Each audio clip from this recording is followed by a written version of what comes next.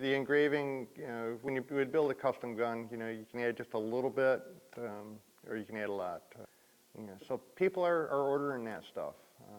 It's, you know, they're going through the engraving books and they're going, I want page 245 for here, and I want 251, and I want this engraving for that. I want the screw heads engraved, which is kind of an extra add-on. You know, I want silver bands on the barrel, but I want gold initials and receiver.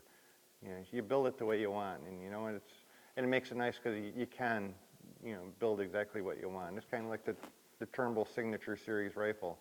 You got kind of the basic gun from there, and engraving from there. You add your initials, and you can add some extra stuff on it and make it personalized. And go out, take it out, and use it. Shoot the heck out of it. I mean, my 86 that I built in 2006.